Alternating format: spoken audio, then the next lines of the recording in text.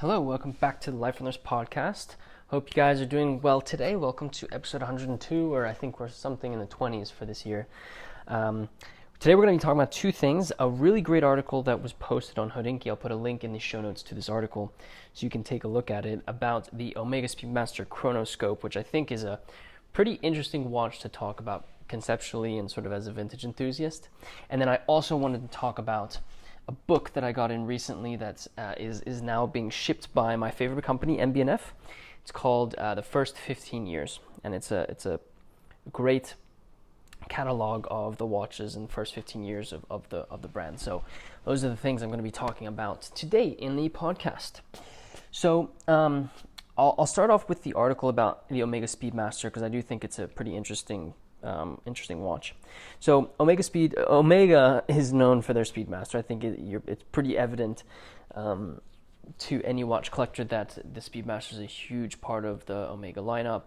In the recent years, they've released so many different versions of the Omega Speedmaster and limited editions and little small iterations here, vintage-inspired pieces. And so it's become an integral part of the modern lineup of watches that Omega produces. Late last year, they announced that they were releasing a different type of Speedmaster called the Omega Speedmaster Chronoscope, which is a chronograph but has some instruments and a different dial layout than the other Speedmasters. So,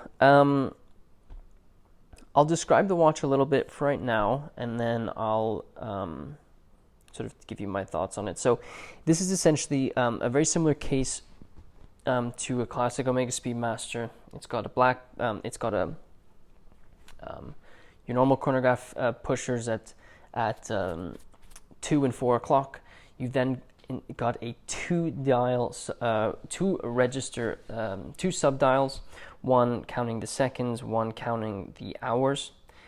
And then this is where it gets a little bit interesting. Instead of having a pretty plain or black dial, you actually end up with a white dial. There's two versions of this piece. There's one with blue accents and one with black and red accents. But the basics are Omega Speedmaster dial, except you actually have hour numerals, or hour numbers. So you have 12, 1, 2. You have all numbers except for 3 and 9. And these are in the color that the accents would be. So if it was the black and red accents, the numbers are in black. If the watch has the blue accents, it has blue applied hour markers. You then have some very interesting sort of circles on the dial. And essentially what you have is a tachymeter, a telemeter, and a pulsometer. To describe those a little bit more, I'll sort of explain them. So tachymeter is an instrument to quickly determine the distances, bearings, and elevation of a distant object in surveying, or a speed indicator. That is on the bezel and is found on other iconic versions of the Omega Speedmaster. You then have a telemeter, which is an instrument for measuring the distance of an object from an observer, and that is what you find on the dial that is on the outside of all of these circles that you'll see on the actual dial. I encourage you to pull up the article while you listen to this, so you can see this. So you can see the images of this. You then have a pulsometer, which is a watch with a special dial used by physicians in determining the pulse rate, and that is also around the center of the dial of the watch, with circular readings on it. So you've got as you can tell, Omega was going for creating a watch that has some sort of instrumentation on it, which I think goes back to the original reason why these watches were released. Obviously, tool watches, they need to be used for certain reasons, and one of those being the utility that it comes with. These different ways of measuring are famous on many other iterations of the Omega Speedmaster from their past. There's obviously Omega Speedmasters with a telemetry dial or a telemetry bezel. There's also versions with a pulsation bezel and a tachymeter bezel. But this watch kind of combines the history of the Omega Speedmaster and their ways of measuring certain things into one specific watch, which I think is quite interesting, to say the least. So the overall aesthetics of this piece obviously are sort of casting themselves into the vintage world, because you don't really see these complications on modern pieces very often. We have other ways of doing these types of measurements, and so you don't really see these types of instrumentation on the dials of watches that are modern. So obviously you start thinking about sort of how this compares to some of the vintage pieces that have been released by the brand or other brands that use this dial configuration or measurements on their watches. Yeah, you've got all three of these measurements on this watch, so you obviously are thinking vintage here, and I think Omega is doing that. They're pulling from their archives, releasing some vintage-inspired modern pieces, which I think is a good thing, and also I think it's great to pay tribute to what your brand did previously and pull out things that your brand did really well, which I think Omega is doing with this Chronoscope, excuse me. But I've spoken about this quite a bit on Live from the Wrist, and the idea that, this is great. I think it's a great tribute, but only doing this is where things can get a little bit scary, because you're not really innovating. You're releasing things that have already been released, and not, I guess, pushing things forward for your brand. Now, I understand, Omega is a watch of great heritage, and making sure that they continue to respect their heritage is very important. So I totally get that. I find it interesting, though, that they combined all three of these into one specific watch. This watch, I don't think there are many watches out there that have all three of these measurement scales on a single watch. And to do this is obviously paying tribute to their history in one watch. But I actually think it would have been kind of interesting to, maybe a limited edition for each of the different versions of the Speedmaster, with these different, three different versions of it. One for pulsation dial, a telemetry dial, and a tachymeter dial. I don't know. Something like that would have been kind of interesting instead of putting them all into one, because it almost feels like you're sort of, shoving it all into one watch. That's really the basics. But for $8,650 this is a really attractive price point. You're getting great heritage from Omega, a well-produced, well-proportioned watch that pulls on a lot of the great things that people desire from Omega. It's running on a coaxial caliber 9980, manual wind movement, so a phenomenal movement that you're getting in it. And so for that price point, I think it's a really attractive place to go if you're interested in Speedmasters. I'm sure Speedmaster collectors have picked these up and have them part of their collection, because they are, let's say, a little bit, they're an interesting version of the Speedmaster that isn't the sort of the basics. So pretty cool watch. I'll put a link in the show notes. There's more information about where all of these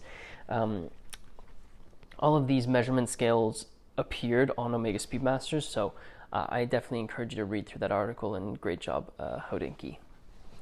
The next thing I wanted to talk about is a book that I got in. So quite a few months ago, I was on the MB&F e-store, and I saw that they had a catalog that they were releasing. Well, they had on pre-order. And so, of course, I jumped on it, and it's basically a book about the first 15 years of the brand. And I'm not going to, give a full-on editorial of the whole book, but I wanted to just talk about what I got and why I think it was a really great thing. So it comes in this sort of black, it feels like foam, but it's very, very durable case, sort of black case, where it says MB&F, the first 15 years, a catalog, Raisonné of MB&F watches by Suzanne Wong and William Messina, two great names in the watch world. If you look along the left side, where typically you sort of have the spine of the watch, it has those exactly the same things, except it has the date 2005 to 2020, which is also, I think, a nice little touch there. You then open up the box, and you have this really beautifully put together black book that has similar text to the box that I kind of mentioned this watch comes in, and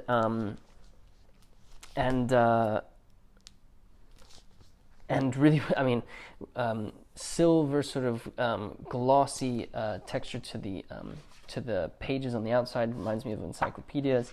And essentially what this book does is walks through the first 15 years of the brand. And so it has a really interesting sort of comic book layout as you sort of open it, and then really dives into the watches that MB&F sort of produced.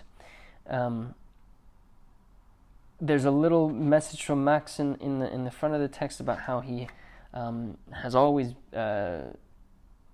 tried to get into or he's been pushed by many people to write a book, and I think this is in some way answering that.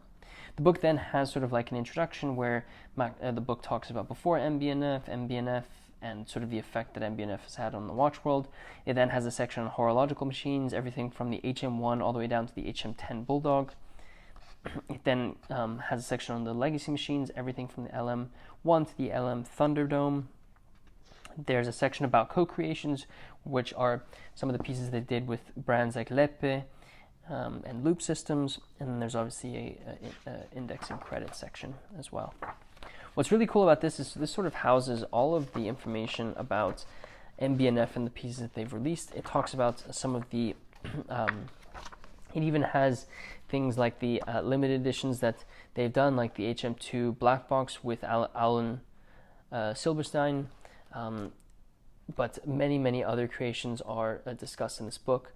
I'm very excited to get into this because I obviously love the brand, and I think the images that are used are phenomenal, and allow you to really just fall in love with the creations and see a lot of detail around these specific watches. So I encourage you to go to the MB&F website if you want to see this book. I don't know if they're still available, but I'll put a link in the show notes regardless, so that you can see where this book is being sold. If you are interested in independent brands, I think MB&F is a great place to go. I think they've really revolutionized what independent watchmaking really is. And I know I mentioned it when I was talking about Omega, but I think this is a brand that definitely pushes things forward when it comes to the creations that they are producing, and allows for us to sort of push ourselves in what brands are capable of doing. I'll definitely be covering this book on our website in an article and a video, so stay tuned for that if you want to check that out. I hope you enjoyed hearing about the Omega Chronoscope and the book that I recently picked up. I really am a proponent about books recently because I think it allows you to take a more active approach in learning about watches, because I think a lot of the times your watch experience can be a little bit too curated, and it doesn't allow you to sort of spread your wings and explore what you want to explore. So definitely check out the show notes for links to both of these things that I've discussed. If you are new to Life on the Wrist, be sure to follow the podcast, and so you are the first one notified when we upload a podcast. Check out our social medias and our website if you want some more watch content, and if you wouldn't mind rating this podcast, it does help me out.